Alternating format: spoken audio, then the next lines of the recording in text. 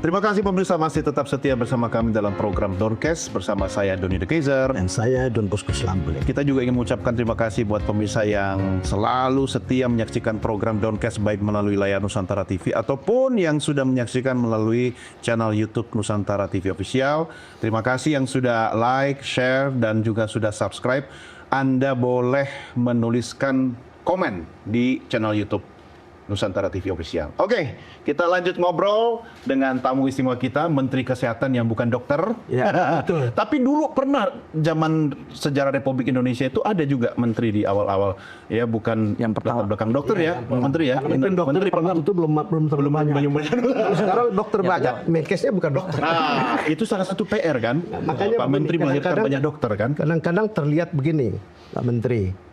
Ada semacam perbedaan pendekatan untuk menyelesaikan beberapa soal.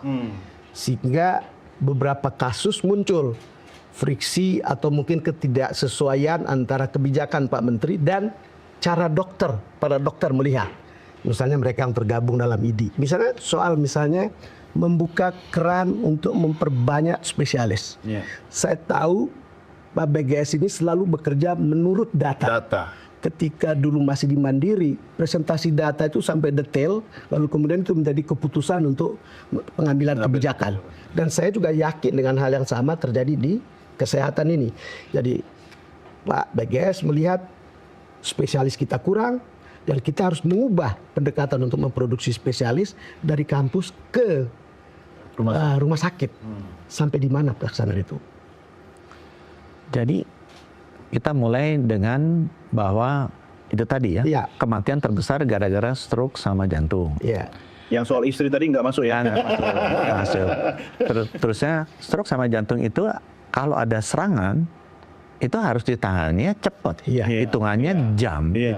Kalau hitungannya jam, kita nggak bisa taruh fasilitasnya di ibu kota provinsi. Betul. Harus ditaruh di kabupaten kota. 514 kan? Iya. Dah kita bilang, wah nggak ada alatnya. Udah kita pinjem, pasang alat-alatnya di 514 kabupaten kota. Ya udah, ternyata begitu pasang kan nggak ada dokternya. Dan itu dokternya kelasnya tuh subspesialis, bukan spesialis kelasnya. Gitu. Atau minjem dari mana tadi Pak? Kita ada dana pinjaman supaya cepat kan. Oke. Karena kalau dari APBN kan nggak cukup uangnya. Jadi 514 kita isi. Itu akan selesai 2027. Pasang tuh 514. Dan karena hitungannya jam, dokternya kan nggak bisa satu dok. Gitu kan, kalau satu kan dia kerja paling 6 jam, 7 jam. Minimal kan harus 3. Tapi begitu kita lihat, nggak ada dokternya. Paling waktu saya hitung cuma ada 44 kabupaten kota yang siap. Jadi kan Dari 514. Jadi kan kurangnya kan kode 400 gitu ya. Gimana ngadain 400 gitu. Kita ngisi 400 gimana? Udah kita didik. Nah, bangku sekolahnya nggak ada. Iya. Paling bangku sekolahnya adanya 40, 50 kan kurang gitu. Jadi gimana caranya? Ya udah kita cari diaspora. Ada diaspora nggak boleh masuk. Ya gimana kita nggak ada. Akhirnya ya kita kirim keluar. Kirim keluar kan susah cari tempat di luar negeri. Kita kerja sama Cina kemarin dapat tuh 100. Jadi yang kita lakukan adalah pertama kita panggil diaspora yang bisa cepat kan. Ambil diaspora, kita mau bikin nggak ada nih kursinya. Akhirnya kita bikin yang di hospital base. Kenapa? Karena kalau di luar negeri begitu. Saya kan praktis aja orangnya. Di Amerika itu pendidikan yang senternya di university cuma 100-an. Yang senternya di rumah sakit 900-an. Ya kita tiru aja kan. Nah, kita bikin. Nah, ya ini ditentang. Pastilah namanya perubahan kan pasti tentang. Tapi kalau saya bilang ya buat masyarakat kan bagus begitu, karena kalau kan meninggal ini kan 500.000 orang per tahun. Ya udah saya jalanin aja. Kesehatan kan? Iya, kan saya melayani masyarakat bahwa ada nanti beberapa orang yang marah, yang senior ya wajar, namanya juga perubahan. Tapi ya paling saya ya Pak maaf ya Pak, ya kalau udah ini ya maaf ya Pak, yang marah. Suka marah ya dari dulu suka marah dari dulu marah. tapi nggak marah. Tapi yang muda-muda seneng karena dengan diri terbuka dan sekarang ya udah diumumkan tanggal 30 ini diumumkan. Jadi ada berapa 50 dan itu daerah-daerah dari Nusa Tenggara itu segala macam masuk tuh dan mereka akan mulai pendidikannya dan mereka digaji, nggak usah bayar uang sekolah. Selama pendidikan. Nah, sama di luar negeri kan gitu Iya, kan. iya, Kalau ini kan mereka harus bayar uang sekolah ke fakultas kedokteran. Di luar negeri kan nggak ada spesialis mesti bayar uang sekolah tuh nggak ada. Di kita tuh unik sendiri di dunia gitu kan. Jadi aku juga ketawa sendiri, lucu ya. Jadi sekarang yang sekolah di hospital base itu digaji sama seperti orang luar negeri. Tambah marah, aku juga heran kenapa saya dimarahin ya. Oh ini gitu lagi ya nggak apa-apa lah. Mohon Ada maaf. kepentingan terganggu. Ya Ada udah. kepentingan yang terganggu. Iya, tapi aku nggak ngerti juga kenapa Tuhan jadi marah. Iya, padahal kan Aku nggak ganggu loh, aku nggak melarang, nggak nutup, aku nggak larang. saya yang dari kampung, jadi saya tahu betul bahwa itu sangat benefitnya untuk publik itu sangat besar.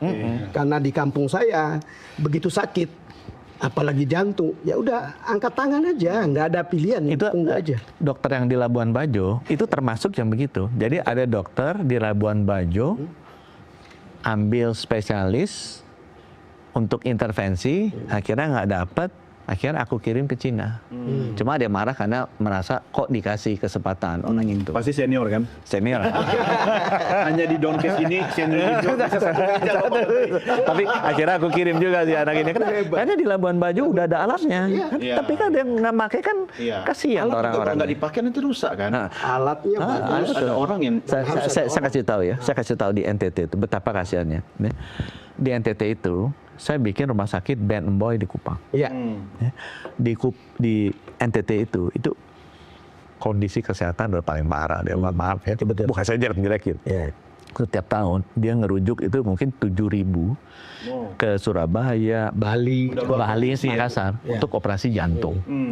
Nah kemarin saya pertama kali tuh bisa lakukan operasi kateterisasi sama bedah jantung di sana? Ben Boy. Oh, di rumah sakit. Berita besar Berita besar itu. Karena orang biasanya tuh ide dia mati aja di sana, Iya. kalau meninggal Dirujuk keluar. atau dirujuk keluar.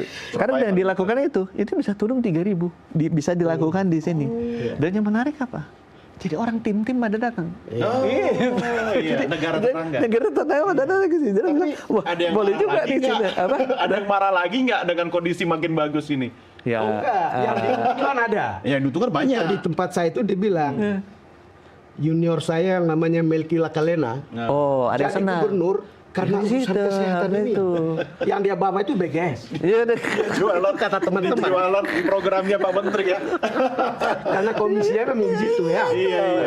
Senang. Nanti bentar lagi cancer tuh. Karena sekarang yang lagi banyak dirujuk itu yang kemoterapi. Jadi orang-orang itu kasihan juga ya. Iya, Kan susah dia kan dibawa keluarga segala macam bayar mahal. Sekarang nanti cancernya bentar lagi jalan. Artinya spesialis juga nambah ya nanti ya. Cuma emang dokternya kurang. Maka aku bilang nanti dikirim pelan-pelan. Ya ada yang marah juga Pak.